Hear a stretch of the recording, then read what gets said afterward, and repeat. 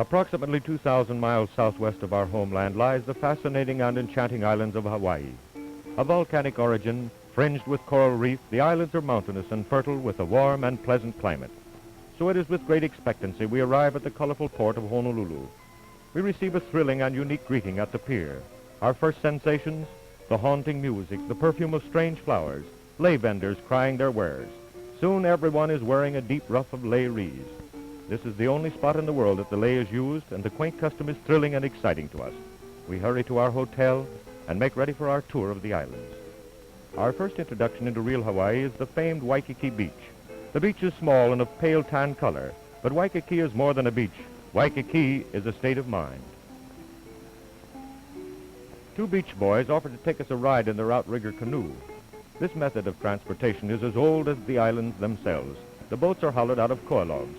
We ride out about 1.25 miles to watch the surfboard riders. Here they come. Lying flat they swim, straining for speed. They rise to their feet. Hanging poised on the crest, they establish their balance. If they are too far back on the board, they will lose momentum and fall behind the swell. If too far forward, rider and board will dive together with a rush of water to the hard coral bottom below. Truly, this is an exciting and hazardous sport.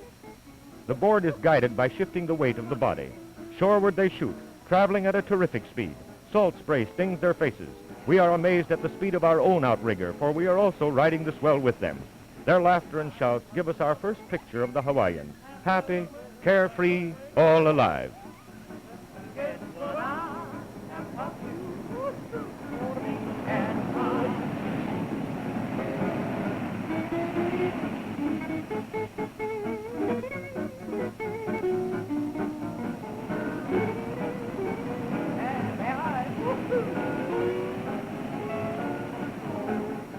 We spend many hours at this exciting sport under the watchful shadow of Diamond Head, sentinel of Waikiki.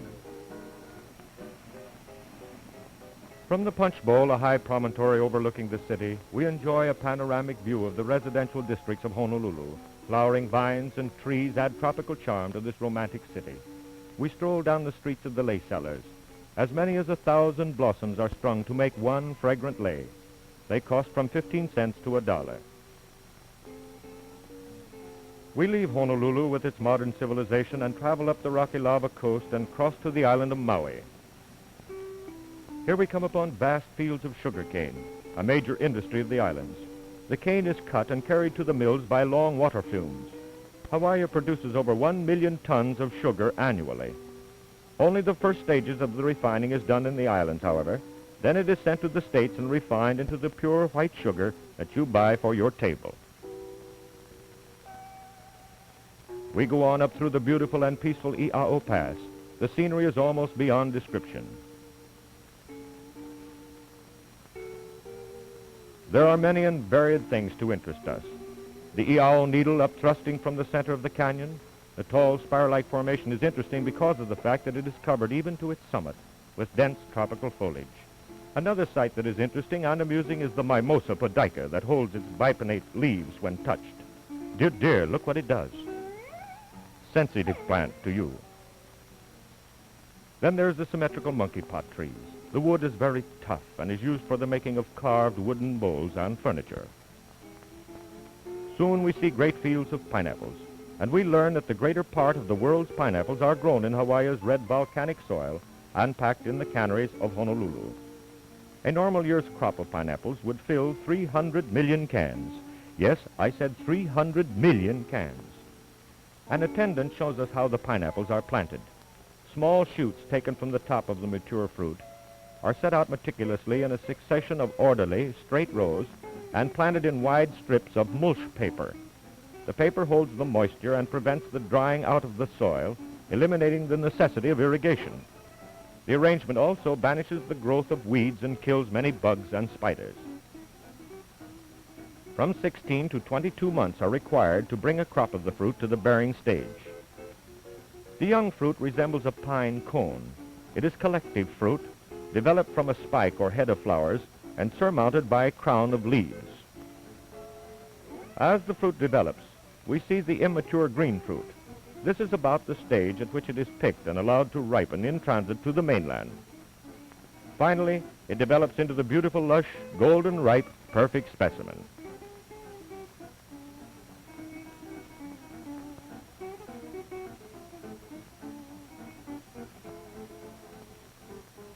An expert Filipino picker with his keen eye selects only the mature fruit. After loading his large pickup sack, he deposits the fruit in piles at various spots in the field.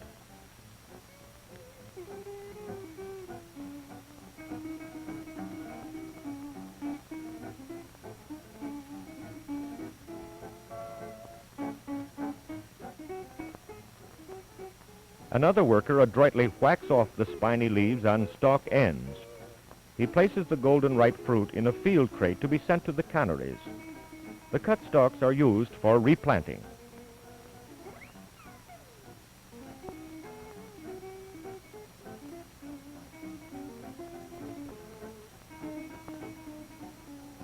Although harvesting is done to some extent all year around, the major portion of the crop ripens during the months of June, July, and August.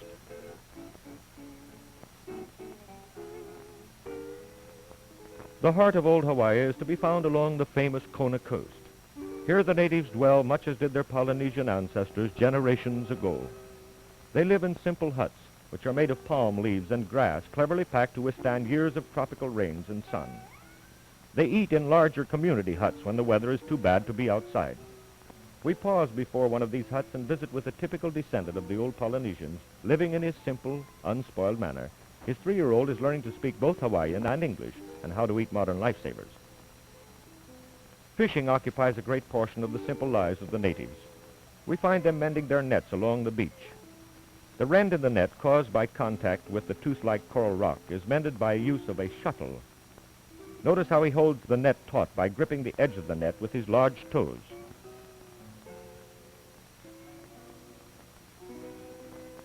As we walk along the shore, we become acquainted with Nemo, a native lad, who shows us how to fish with a throw net. The net is about 25 feet in diameter and weighted so as to encircle a small school of fish and sink rapidly around it. With the net draped across his shoulders and arms, he stalks his game. Then suddenly and accurately he casts it over a school of fish. Very cleverly he draws it in with his catch. This is an art that requires much patience and skill.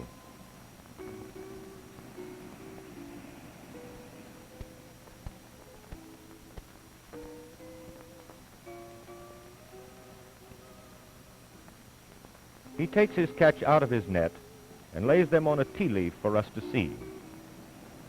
We are amazed at the varied coloring and the peculiar shapes of these tropical fish. Their names are practically impossible.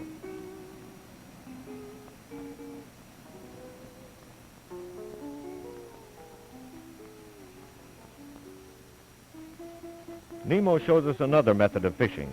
There is no such a thing as sometimes you do and sometimes you don't for Nemo.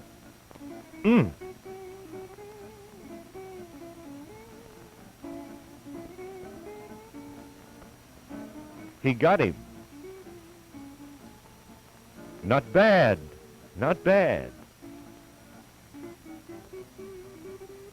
Equipped with sea goggles, he swims under the surface of the water with his long wooden steel-tipped spear, alert for a movement on the sea floor. Try this sometime when you're out fishing.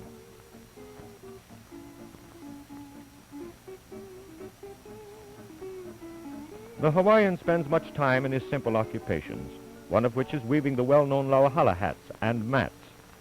Floors, tables, and walls are covered with hand-woven mats. The hats the women are weaving are the Panama hats of Hawaii, called lauhala hats. They differ from the Panama in that they are coarse and not woven underwater. Their highest prices bring from $10 to $15.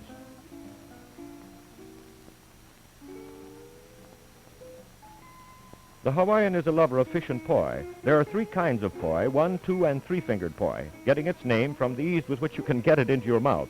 Confidentially, it isn't very good. For pleasure, the natives like their festivals and most of all their hulas. Hula is merely Hawaiian for dance.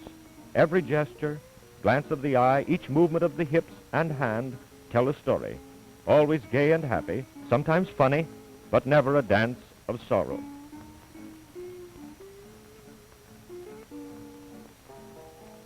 All too soon it's time to say aloha to this land of beauty and song. So with a myriad of serpentine clinging to our boat, we line the ship's rail mid laughter, and I'm afraid a tear or two, as our great ship heads out to sea.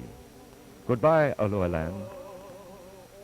Aloha, Hawaii.